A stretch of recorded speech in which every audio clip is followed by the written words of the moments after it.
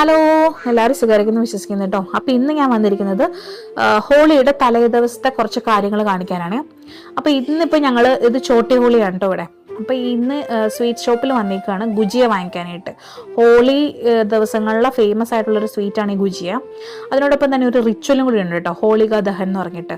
അതിൻ്റെ ഐതിഹ്യം എന്ന് പറഞ്ഞു കഴിഞ്ഞാൽ ഭക്തനായ പ്രഹ്ലാദനെ വധിക്കാനായിട്ട് ഹിരണ്യകശിപു ഹോളിക എന്ന് പറഞ്ഞ ഒരു രാക്ഷസി, തൻ്റെ സഹോദരിയായിട്ടുള്ളതാണ് ഹോളിക, അവളുടെ അടുത്ത് ഒരു സഹായം തേടും ഈ ഭക്തനായ പ്രഹ്ലാദനെ കൊല്ലാനായിട്ട്.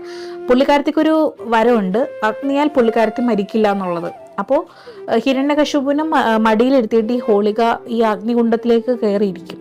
പക്ഷേ ഹിരണ്യകശിപു ആവട്ടെ മഹാവിഷ്ണുവിനെ പ്രാർത്ഥിച്ചിട്ട് ആ അഗ്നിയിൽ നിന്ന് രക്ഷപ്പെടുകയും തൻ്റെ വരം ദുരുപയോഗം ചെയ്തതിനാൽ ഹോളിക ആ അഗ്നിയിൽ വെന്തു മരിക്കുകയും ചെയ്യുന്നു. അപ്പൊ അതിൽ നിന്ന് ഇതിൽ ഇവർ ആഘോഷിക്കുന്നതിന്റെ ഭാഗം എന്ന് പറഞ്ഞാൽ തിന്മയെ നന്മ കൊണ്ട് വിജയിക്കുക എന്നുള്ളൊരു റിച്വലാണ് ഇവർ ഫോളോ ചെയ്യുന്നത്.